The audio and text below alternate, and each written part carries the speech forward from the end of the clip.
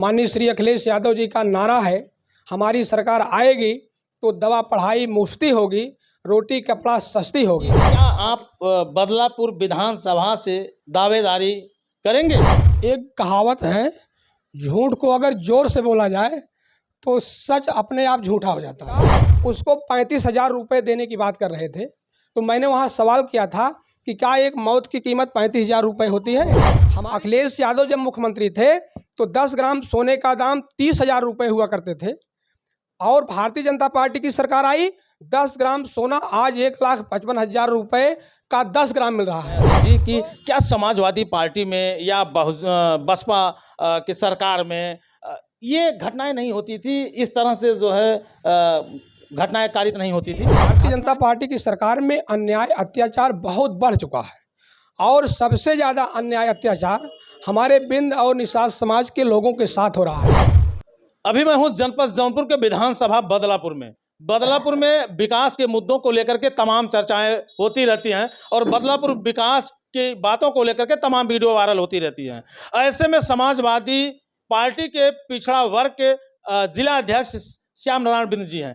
आज हम इनसे बदलापुर विधानसभा के बारे में खास बातचीत करेंगे और आप तक वो बातें पहुंचाने का प्रयास करेंगे कि समाजवादी पार्टी की अगर सरकार आती है तो आगे की क्या कार्रवाई होगी, आगे की क्या योजनाएं होंगी। आपका हमारे चैनल में बहुत बहुत स्वागत है।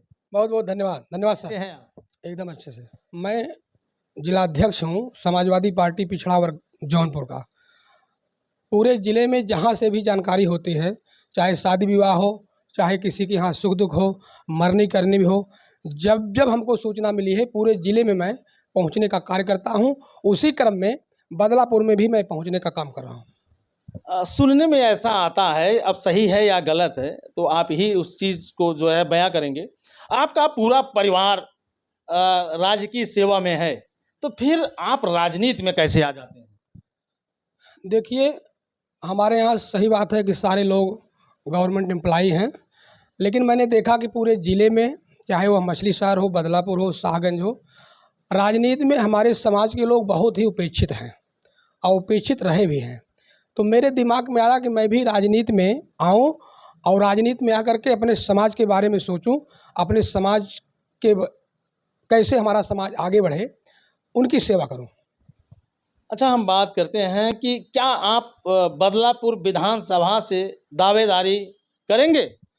देखिए, दावेदारी की बात यह है कि मैं समाजवादी पार्टी का एक छोटा सा अदना सा कार्यकर्ता हूँ। माननीय राष्ट्रीय अध्यक्ष श्री अखिलेश यादव जी ने हमको समाजवादी पार्टी जौनपुर का पिछड़े वर्ग प्रकोष्ठ का जिलाध्यक्ष बनाए हैं। मैं पूरे ज़िले में समाजवादी पार्टी के लिए काम कर रहा हूँ। बदलापुर में कुछ ज़्यादा काम इसलिए कर रहा हूँ, यदि माननीय राष्ट्रीय अध्यक्ष श्री अखिलेश यादव जी का आशीर्वाद होगा, सीट पिछड़े समाज में जाएगी, तो मैं भी माननीय जी से कहा हूं कि अगर अदर बैकवर्ड में आप लड़ाना चाहेंगे, आपका आशीर्वाद मिलेगा तो मैं भी चुनाव बदलापुर से लड़ सकता हूं। इसमें किसी प्रकार का कोई गुरूज नहीं है। बदलापुर तो पूरे विकास में तब्दील हो गया है, यानी बदलापुर में अब कोई काम ही नहीं रह गया है, तो बदलापुर से फिर आप अगर चुनाव लड़ेंगे, जीतेंगे, तो करेंगे क्या? विकास की जहां तक बात है बड़े भाई, अभी आप लोग बदलापुर से बरई पार की तरफ आए होंगे, तो जो बनारस और लखनऊ का हाईवे है, उसरा बाज़ार से लेकर के बरई पार तक लगभग 15 किलोमीटर बदलापुर विधानसभा के क्षेत्र में आता है। भारत देश में जितनी खराब सड़कें होंगी, उन खराब सड़कों में एक बदलापुर का यह रोड एक रोड है, जिस रोड से आप लोग आए होंगे। उसरा बाज़ार से लेकर के कंधी तक जो बदलापुर विधानसभा क्षेत्र में पड़ता है, बहुत ही खराब सड़क है, जिसको हम नहीं कह रहे हैं, इसको आप लोग आए हैं अभी अभी, इसको आप इसका अनुभव खुद किए होंगे। और आप समझिए कि एक रोड जो महाराजगंज होते हुए बदलापुर जा रही है, वहाँ ओवरब्रिज बन रहा है, लगभग 1-1.5 साल हो गया। महाराजगंज से बदलापुर रोड में बदलापुर जाने में लोग भलुआही रेलवे क्रॉसिंग से जा रहे हैं, रेलवे क्रॉसिंग तक लगभग 1.5 किलोमीटर।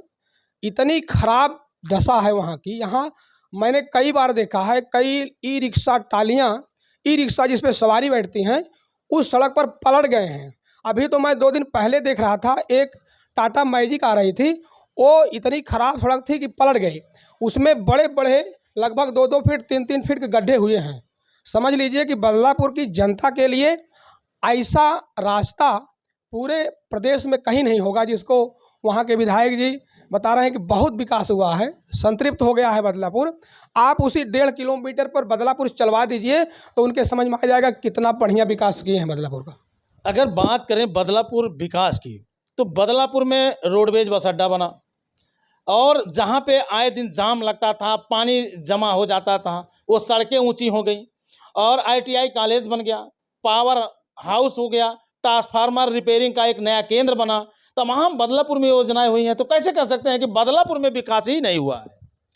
एक कहावत है, झूठ को अगर जोर से बोला जाए तो सच अपने आप झूठा हो जाता है। तो इतना तेज झूठ बोला जा रहा है कि सच का कहीं अता पता नहीं है। अभी कोई बता रहे थे कि जो वहाँ आपने रोडवेज की चर्चा किया है, वहाँ की जो रोडवेज बना है उसकी बाउंड्री गिर गई थी और इतना जर्जर रोड बना हुआ है, पैसा बहुत आया सरकार से, लेकिन रोडवेज इतना ख़राब बना कि उसके बारे में मैं कुछ कह नहीं सकता कि वो पैसा गया कहाँ। बहुत बड़ी धांधली हुई है वहाँ। कहीं ऐसा तो नहीं है कि बरसात के मौसम में बना और वो पक नहीं पाया, पानी की वजह से जो है वह धराशायी हो गया हो? चाहे जो बातें हो भाई, पैसा बहुत आया, बरसात के समय में बहुत सारे काम होते हैं, लेकिन 50 साल चलते कहीं दरार तक नहीं आई। तो बरसात में तो जो काम होता है और मजबूती से होता है, वो मजबूती से नहीं हुआ। वहाँ थर्ड क्वालिटी का काम हुआ, वहाँ सारे जो मटेरियल लगे थर्ड क्वालिटी के, उसके आगे मैं नहीं कह सकता कि पैसा कहाँ गया। आपने देखा होगा कि बदलापुर के विधायक रमेश मिश्रा हमेशा सुर्खियों में बने रहते हैं। हाल के दिनों में सोशल मीडिया पे एक वीडियो बड़ी तेजी के साथ वायरल होती है। उसमें उनका ये कहना है कि अगर सपा बसपा कांग्रेस के लोग अगर आएंगे तो बदलापुर की महिलाएं चप्पल से ताड़ उनके गालों को लाल करेंगी। विधायक जी सुर्खियों में खूब बने रहते हैं। अभी बदलापुर के बगल ही एक गांव है उसरा बाजार, दयाल पट्टी दयाल, वहाँ हमारे समाज की एक महिला कुसुम बिंद, हमको अगर नाम सही से याद हो रहा है, तो वह लड़की उम्र लगभग 35 साल थी और डिलीवरी के मैटर में उसकी मौत हो जाती है डॉक्टरों की घोर लापरवाही के कारण। तो मैं भी गया था मौके पर, तो माननीय विधायक जी FIR नहीं हो पाया वहाँ। अब विधायक जी नहीं होने दिए, कौन नहीं होने दिया, 3-4 दिन तक FIR नहीं हो पाया। और उस महिला के पास 3 बेटियां हैं, एक बेटा था 8-10 दिन का, उसको 35,000 रुपये देने की बात कर रहे थे। तो मैंने वहाँ सवाल किया था कि क्या एक मौत की कीमत 35,000 रुपये होती है? हमारी पार्टी होती, समाजवादी पार्टी की सरकार होती, तो अखिलेश यादव जी ऐसी घटनाओं पर तुरंत 5-5 लाख रुपए देने का काम करते थे। और हमने वहाँ मांग किया था सरकार से, माननीय विधायक जी के द्वारा, अगर वो हमारे समाज के जरा सा भी हितैषी हैं तो कम से कम उस 3 बेटियों की शादी के लिए, बच्चे की परवरिश के लिए सरकार से 1 करोड़ रुपए दिलवाने का काम करें और उसके पति को एक सरकारी नौकरी दिलवा दें। हमारे समाज का, बिंद निषाद समाज का, पूरे बदलापुर विधानसभा में कोई काम नहीं हुआ है। और रही बात, वो कह रहे हैं कि समाजवादी पार्टी के नेता जहाँ भी दिखलाई पड़ेंगे महिलाएं उनको मारेंगी। ये बहुत घटिया मानसिकता है। एक विधायक, और वो 5-5 साल 10-10 साल के विधायक हैं, उनको इस तरह की भाषा का इस्तेमाल नहीं करना चाहिए। हमारे पार्टी के राष्ट्रीय अध्यक्ष माननीय अखिलेश यादव जी कहते हैं कि हम महिला आरक्षण के खिलाफ नहीं हैं, महिला आरक्षण आप दीजिए, लेकिन उस महिला आरक्षण में हमारे पिछड़े समाज, दलित समाज, मुस्लिम समाज की महिलाओं का भी आरक्षण, उनका कोटा उसमें निर्धारित कर दीजिए। महिलाओं का जितना भी आरक्षण देना चाहे, चाहे 27%, चाहे 50%, चाहे 33%, आप दीजिए, हम इसके विरोधी नहीं हैं। लेकिन उसमें हमारी पिछड़े समाज की महिला का, दलित समाज की महिला का, मुस्लिम महिलाओं का कोटा निर्धारित करिए। आरक्षण के हम खिलाफ नहीं हैं। इसको हमारे पिछड़े समाज की महिलाएं बखूबी समझ रही हैं और जान गई हैं। अगर बात करें तो आए दिन जो है तमाम घटनाएं होती हैं, चाहे वो बिन समाज हो, चाहे वो अन्य समाज हो। जहां बात न्याय की आती है तो जब तक लोग या तो भीड़ नहीं इकट्ठा करते हैं या तो आवाज़ नहीं उठाते हैं, तो तब तक उन्हें जो है न तो उनका FIR होता है और न तो उनके साथ कोई न्याय होता है। ऐसा क्यों हो रहा है? अभी आप इधर कुछ दिनों के बीच में देख रहे हैं कि भारतीय जनता पार्टी की सरकार में अन्याय अत्याचार बहुत बढ़ चुका है और सबसे ज़्यादा अन्याय अत्याचार हमारे बिंद और निषाद समाज के लोगों के साथ हो रहा है।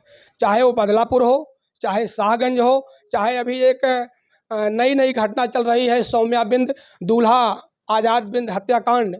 तो इस समय अन्याय अत्याचार तो बढ़ा ही हुआ है, लेकिन बिंद समाज के ऊपर, निषाद समाज के ऊपर ज़्यादा ही अत्याचार अन्याय हो रहा है वो भारतीय जनता पार्टी की सरकार में। और भारतीय जनता पार्टी के लोग उन अपराधियों को सह देने का काम कर रहे हैं। अच्छा, जैसे ये बताया अध्यक्ष जी कि क्या समाजवादी पार्टी में या बसपा की सरकार में ये घटनाएं नहीं होती थी, इस तरह से जो है घटनाएं कारित नहीं होती थी? घटनाएं होती थी, लेकिन उनका जो दोषी होते थे, जो अपराधी होते थे, उनके साथ न्यायपूर्ण ढंग से किसी गलत व्यक्ति के साथ न तो इनकाउंटर होता था, जो अपराधी होता था, जो दोषी होता था, उसका मुकदमा कोर्ट में चलता था। अगर कोई अपराधी है, दोषी है, तो उसके लिए कानून बना है, न्यायालय बने हैं, तो न्यायालय से उसका न्याय होना चाहिए। हमारी सरकार में किसी के ऊपर अन्याय अत्याचार इस तरह से नहीं होता था जैसे भारतीय जनता पार्टी की सरकार में हो रहा है। क्या आने वाले समय में बदलाव की बयार चलेगी या जो स्थिर है, जो स्थितियां अभी बनी हैं वो बरकरार रहेंगी? आने वाले समय में देखिए, भारतीय जनता पार्टी की सरकार जब से आई है उत्तर प्रदेश में, महंगाई, भ्रष्टाचार, अन्याय अपने चरम पर है। आज महंगाई की हालत ये है कि जब समाजवादी पार्टी की सरकार थी, अखिलेश यादव जी मुख्यमंत्री थे, तो यही डीजल 55 रुपये लीटर मिलता था, पेट्रोल 65 रुपये लीटर मिलता था। आज भारतीय जनता पार्टी की सरकार में पेट्रोल 103 रुपये लीटर, डीजल 100 रुपये लीटर हो गया। अखिलेश यादव जब मुख्यमंत्री थे तो 10 ग्राम सोने का दाम 30,000 रुपये हुआ करते थे, और भारतीय जनता पार्टी की सरकार आई, 10 ग्राम सोना आज 1,55,000 रुपये का 10 ग्राम मिल रहा है।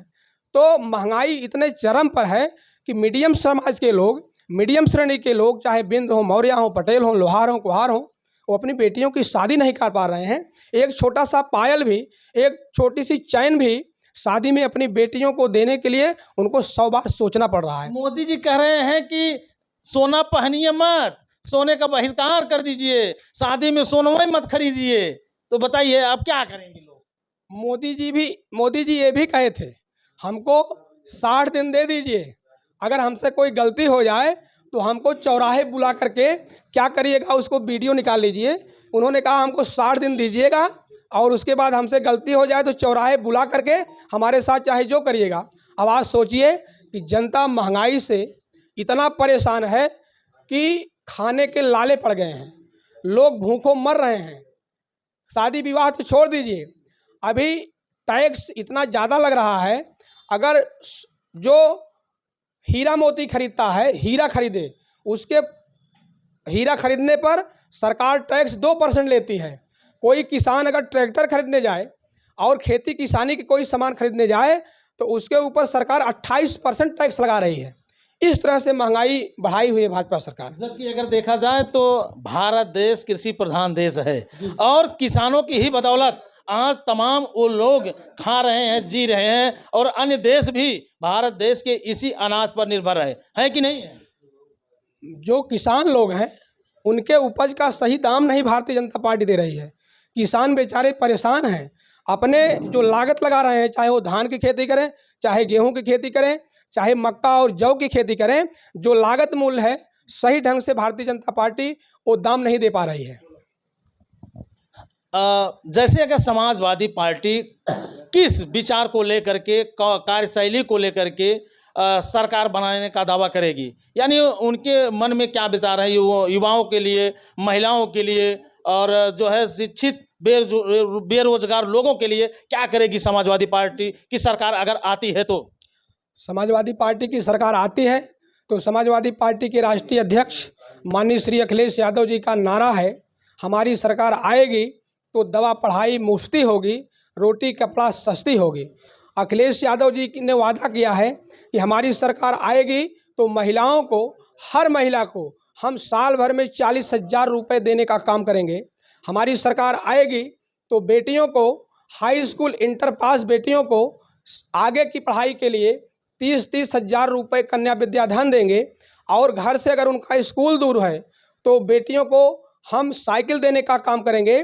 और सबसे महत्वपूर्ण बात श्री अखिलेश यादव जी ने ये कहा कि नर्सरी यानी LKG से लेकर के स्नातक तक की शिक्षा, यानी नर्सरी से लेकर के पोस्ट ग्रेजुएशन तक की शिक्षा हम पूरी तरह से फ्री कर देंगे। और आप ये भी जानिए कि जब हमारी सरकार थी, अखिलेश यादव जी मुख्यमंत्री थे तो चाहे कोई बीटीसी करता था, फीस 50,000 रुपये लगती थी, चाहे बीटेक करते थे 1,00,000 रुपये फीस लगती थी। तो अखिलेश यादव जी फीस प्रतिपूर्ति के रूप में उन पिछड़े समाज के बच्चों का सारी फीस वापस करने का काम करते थे। आज उन्होंने अब वादा किए हैं कि हमारी सरकार बनेगी तो चाहे किसान हो, असमय मृत्यु पर हम 5 लाख रुपए तत्काल देने का काम करेंगे। बहुत सारी योजनाएं हैं अखिलेश यादव जी के पास, जिसको बेरोजगारी की जो आपने बात किया, अखिलेश यादव जी ने कहा है कि हम बेरोजगारों को नौकरी देंगे और जब तक नौकरी नहीं दे पाएंगे तब तक हम बेरोजगारों को बेरोजगारी भत्ता देने का काम करेंगे और महिलाओं को समाजवादी पेंशन भी देने का काम करेंगे। इन सब के कारण इस समय पूरे उत्तर प्रदेश में समाजवादी पार्टी की लहर चल रही है, परिवर्तन की लहर चल रही है। हम तो ये कहते हैं, समाजवादी पार्टी के राष्ट्रीय अध्यक्ष जी कहते हैं कि जितनी जल्दी से जल्दी हो सके भारतीय जनता पार्टी चुनाव करा ले तो जनता भाजपा से मुक्त होगी और समाजवादी पार्टी की सरकार बनेगी। अखिलेश यादव उत्तर प्रदेश के मुख्यमंत्री बनने जा रहे हैं। बहुत बहुत धन्यवाद। धन्यवाद। तो जैसे कि देखा दोस्तों कि कहते हैं कि जो कर्मों का लेखा जोखा होता है उसका हिसाब एक न एक दिन ज़रूर होता है। अब तो ये वक्त बताएगा, क्योंकि बदलापुर हमेशा से अगर देखा जाए तो सुर्खियों में रहा है। बदलापुर हमेशा सुर्खियों में बना हुआ है, चाहे वो बाबा दुबे को लेकर के या वर्तमान विधायक रमेश चंद्र मिश्रा को लेकर के। लेकिन जब से श्याम नारायण बिंद का नाम समाजवादी पार्टी से निकल के सामने आ रहा है, अब ये बदलापुर अब और पूरी तरह से घिरता नजर आ रहा है। अभी आने वाला वक्त बताएगा, जब टिकट फाइनल होगा तो फिर आप लोग देखिएगा बदलापुर का नज़ारा ही कुछ अलग होगा। अब देखना यह है कि बदलापुर बदलेगा या बदलापुर पहले जैसे ही रहेगा। बाकी ये वीडियो को देखने के बाद कमेंट करके आप अपनी राय जरूर दीजिएगा। फिर मिलते हैं नेक्स्ट वीडियो नेक्स्ट खबर में। जय हिंद।